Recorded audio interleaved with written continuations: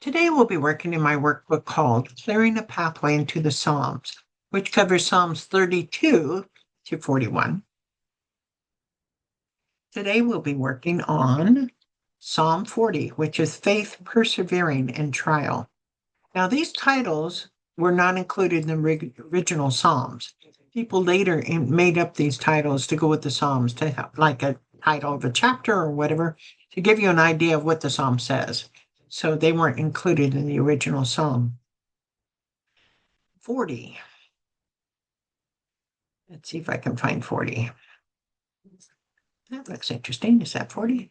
Okay, so that's 40. Okay, another long one. For the director of music of David, a psalm. I waited patiently for the Lord, but he turned to me and heard my cry. He lifted me out of the slimy pit, out of the mud and mire. He set my feet on the rock and gave me a firm place to stand. He put a new song in my mouth, a hymn of praise to our God. Many will see and fear the Lord and put their trust in him. Blessed is the one who trusts in the Lord, who does not look to the proud, for those who turn aside to false gods. Many, Lord my God, are the wonders you have done, for the things you plan for us. None can compare with you. Were I to speak and tell of your deeds, they will be too many to declare. Sacrifice and offering you did not desire, but my ears you have opened. Burnt offerings and sin offerings you did not require. Then I said, Here I am, I have come. It is written about me in the scroll. I desire to do your will, my God. Your law is within my heart. I proclaim your saving acts in the great assembly. I do not seal my lips, Lord, as you know. I do not hide your righteousness in my heart. I speak of your faithfulness and your saving help. I do not conceal your love and your faithfulness from the great assembly. Do not withhold your mercy from me, Lord. May your love and faithfulness always protect me. For troubles without number surround me. My sins have overtaken me, and I cannot see. They are more than the hairs of my head, and my heart fails within me. Be pleased to save me, Lord. Come quickly, Lord, to help me. May all who want to take my life be put to shame and confusion. May all who desire my ruin be turned back in disgrace. May those who say to me, Aha, aha, be appalled at their own shame. May all who seek you rejoice and be glad in you. May those who long for your saving help always say, The Lord is great. But as for me, I am poor and needy. May the Lord think of me. You are my help and my deliverer. You are my God. Do not delay. So, looking at a number of commentators and what they can tell us about both the psalm and where they think, they think it was written, this psalm is part of the first book of Psalms, which is, there's 5 books of the Psalms.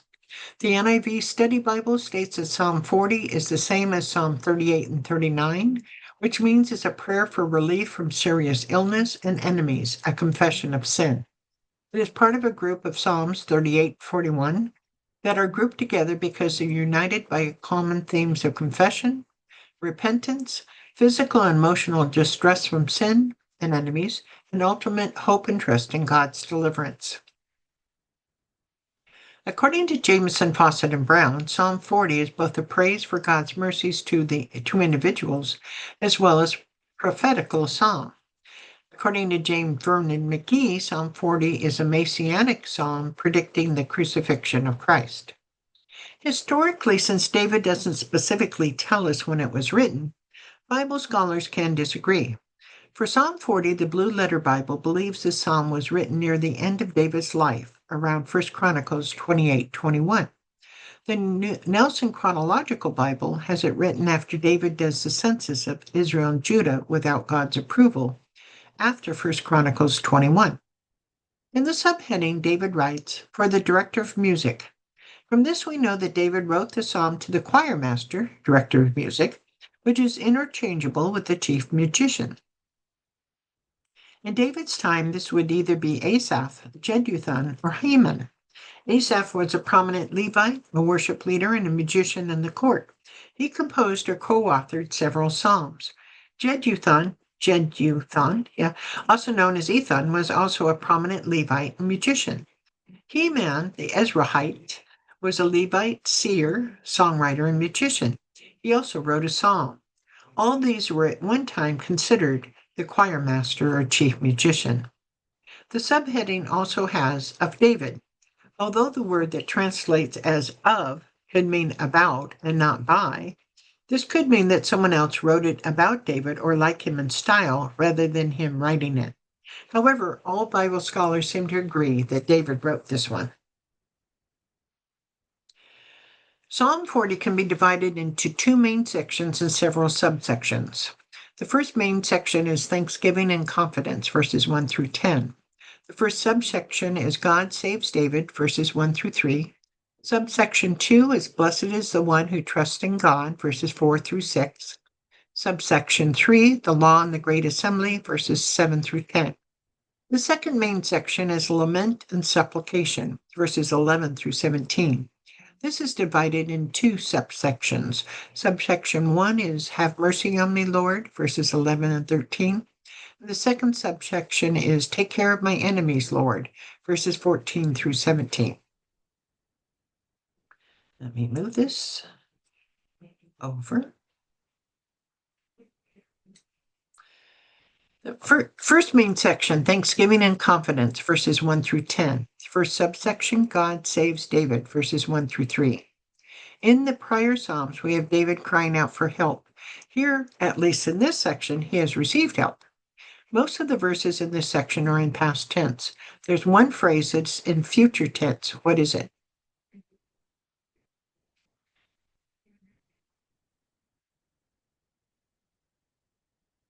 Many will see and fear the Lord and put their trust in him. What is the first line of the psalm? I wait patiently for the Lord. The thought behind this line reoccurs often in the Psalms by David. Recent psalm occurrences are Psalm 27:14, wait for the Lord, be strong and take heart and wait for the Lord. Psalm 37:7, be still before the Lord and wait patiently for him. However, in this psalm, David has waited and has received an answer. In verse 2, David uses metaphor, or a use of an object, person, or idea, to represent something else, usually an abstract concept.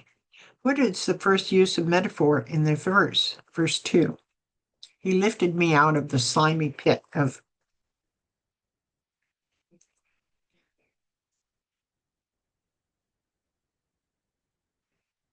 Since Bibles do not actually give us any time where David was in a slimy pit, we would have to assume he's using symbolism to describe a state of desperation, deep trouble, despair, and helplessness, which he could not escape on his own. By saying he lifted me out, David is expressing that God rescued him from this terrible situation and provided a stable foundation. David talks about the same pit in Psalm 35. Psalm 35:7. Since they hid their net from me without cause twice, dug a pit for me. And without cause, dug a pit for me. Okay, maybe it goes together. Mud and mire are another way of saying slimy pit. Therefore, it's an synonymic parallel. In verse 2, what is another place other than the pit David uses metaphor to express his idea? Probably set my feet on a rock. This concept is expressed well by Jesus in the book of Matthew. Matthew 7:24-25. Anyone who hears these words of mine and puts them in practice is like a wise man who built his house on the rock. The rain came down, the streams rose, and the wind blew and beat against that house. Yet it did not fall because it had a foundation on the rock. Verse 2 is two examples of synonymous parallelism, which is the same phrase said in two different ways. What is another in this section? Okay, we're talking 1 through 3, I guess. Let's see. Number 3, put a new song in my mouth and a hymn of praise to my God. And we have talked about the past and future tense in this section. So basically, the Lord hears David's cry and rescues him. Therefore, many will see and fear the Lord due to David being saved. Subsection 2, blessed is the one who trusts in God, verses 4 through 6. This is a rare section where none of the normal poetic tools are used. In verse 4, David tells us that those who trust in the Lord are blessed. What are the two things they do not do? Do not look at to the proud, and do not turn aside to false gods.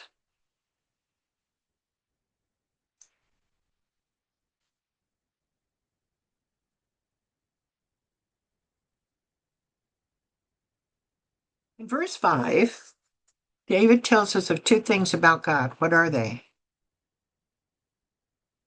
The wonders that he had done and the things they planned for us. In verse 6, David talks about sacrifices and offerings. This topic is rarely covered by him in the Psalms. What is more important in this verse than sacrifice and offerings? His ears being opened. David expounds on this concept a bit more in Psalm 51. Psalm 51, 16, 17. You do not delight in sacrifice, or I would bring it. You do not take pleasure in burnt offerings. My sacrifice, O God, is a broken spirit, a broken and contrite heart. You, God, will not despise. In the Old Testament, there were 5 types of offerings or sacrifices, as an offering was a sacrifice, that was possible: burnt offerings, peace offerings, sin offerings, guilt offerings, and grain offerings. What offerings are talked about here?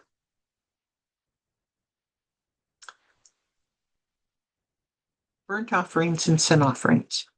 The burnt offering was a total sacrifice of an animal. It was meant to create a pleasing aroma to the Lord, and the animal's sacrifice was entirely consumed by fire, symbolizing a complete and selfless surrender of the worshiper to God. The purpose of the sin offering was to atone for unintentional sins and to purify the sanctuary from the defilement caused by sin, thereby cleansing the community and restoring the relationship between the sinner and God. Subsection 3, the law in the Great Assembly, 7 through 10. I guess I got to move this back now. Whoops, not that way. Let's go this and this and this. Okay. Okay. And roll up. Thank you. Verses 7 through 10. This section gets its title from the 2 items referenced in the text. The law is talked about in verses 7 and 8, and the Great Assembly is talked about in verses 9 through 10. Regarding the law comes from the first 5 books of the Bible, or the Torah. We definitely see the word law in verse 8. But where is the reference to law in verse 7? I don't know. I'll have to take a look at that. It's a scroll. It's in a scroll. In verse 9 and 10, David tells us the following about the Great Assembly. I'll proclaim your saving acts in the Great Assembly. I do not conceal your love and your faithfulness from the Great Assembly. What is the Great Assembly? Remember, the temple was probably not built yet, and the tabernacle and tent of meeting meant that the people assembled outside for worship and prayer. By Great Assembly, David referred to a large public gathering of God's people for communal worship and celebration. However, verses 7 through 9 are not just words about David, but also prophetic about the coming Messiah, Jesus. Here I am, I have come. It is written about me in the scroll. Verse 7. David was written about in the books of Kings and Chronicles, but the book of Law or the Torah does not speak of David, but of the coming Messiah. Here's an example. Deuteronomy 18:15 through 18, Moses is speaking. The Lord your God will raise up for you a prophet like me from among you, from your fellow Israelites. You must listen to him, for this is what you asked of the Lord your God at Horeb on the day of assembly, when you said, let us not hear the voice of the Lord our God, nor see this great fire any more, or we will die. The Lord said to me, what they say is good. I will raise up for them a prophet like you from among their fellow Israelites, and I will put my words in his mouth. You will tell them everything I command you. I desire to do your will, my God. Your law is within my heart. This is a recurring theme of David's, to do the will of God, but it also can apply to Jesus. John 6:38, for I've come down from heaven not to do my will, but to do the will of him who sent me. I proclaim your saving acts in the Great Assembly. As king with a close relationship with God, David would often do this, but this is also prophetic of Jesus.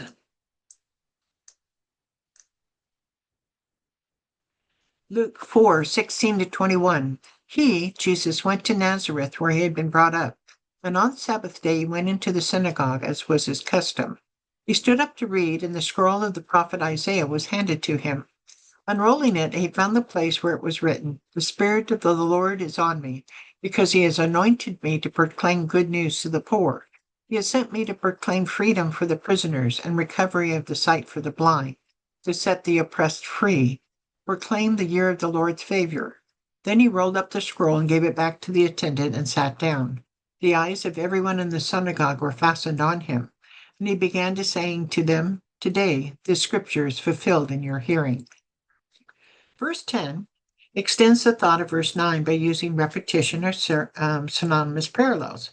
I do not hide your righteousness in my heart.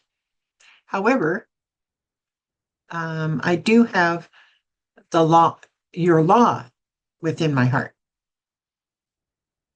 I speak of your faithfulness and your saving help. And verse 9, I will proclaim your saving acts in the great assembly. I do not conceal your love and your faithfulness. I do not seal my lips, Lord, about your saving acts. I do not conceal your love and your faithfulness from the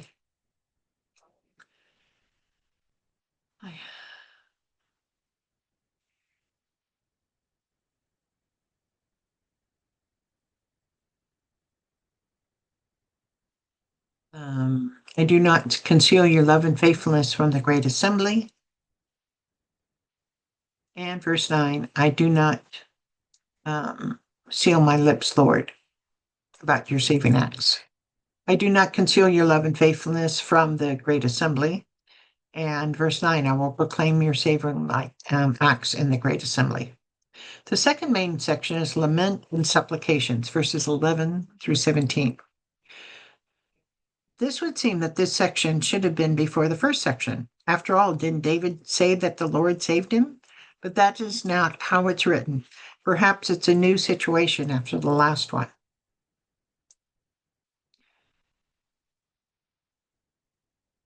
Have mercy on me, Lord, verses 11 through 13. In these verses, he uses the word me as a connector. Do not withhold your mercy from me. May your love and faithfulness always protect me. For troubles without number surround me. My sins have overtaken me, and I cannot see. My heart fails within me. Be pleased to save me, Lord. Come quickly, Lord, to help me. Verses 1 through 12, David uses parts of the body to illustrate his story. Verse 2. He set my feet on a rock. Verse 3, he put a new song in my heart, in my mouth. Verse 6, my ears you have opened.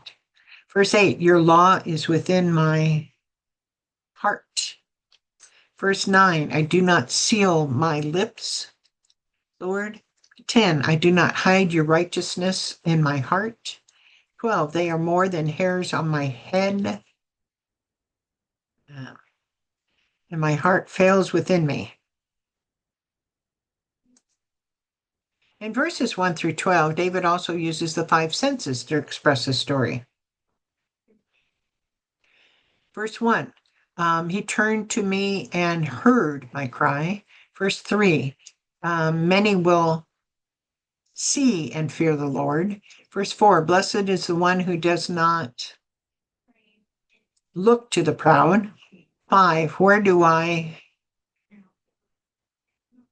I to speak and tell of your deeds? And verse 10, I speak of your faithfulness and saving help. And verse 12, sins have overtaken me and I cannot see. Second subsection, take care of my enemies, Lord, verses 14 through 17. This is an intercessory prayer, imprecatory prayer, which is where the author asks God to bring judgment upon their enemies. What all does David want to happen to his enemies? 14 through 17. May all who want to take my life be put to shame and confusion. May all who desire my ruin be turned back in disgrace. May those who say to me, aha, aha, be appalled at their own shame. In these verses, David uses the word may as a connector. How many of the word may do you see? We're talking 14 through 17. 1 and 14, 2 and 14, 1 and 15, 1 and 16, 2 and 16, 1 and 17, so 6. In many verses, it is may all that starts a verse and the word be that starts the second half of the verse. Lastly, there's a word but that starts verse 16 and also verse 17. The word but usually indicates a change of direction. How does verse 16 change direction from the prior verses and then verse 17 change direction from verse 16? He's comparing the evil versus good. So he switches and says that's all the things about good. And then, but then he changes topic and talks about himself. So and then just kind of figure which verse touches you most about the psalm. Psalm 40 is quoted in the book of Hebrews, which quotes verses 6 through 8, refers to Jesus, Hebrews 10, 5 through 7. The writer of Hebrews applies this passage to Christ, arguing that he came to do God's will and his body was prepared for this purpose, thereby replacing the need for animal sacrifices. The Jews used Psalm 40 in liturgical settings, such as reciting it during that for Rosh Hashanah as part of that kind of prayer on Mondays and Thursdays. Songs based on Psalm 40 are Here I Am, There is Joy, Patiently, He Lifted Me, My Hope is Built on Nothing Less, and I Waited for the Lord. So I hope you enjoyed this analyzation of Psalm 40, and I hope you continue through some of the interpretations of the Psalms that I've done. Thank you. Have a great day.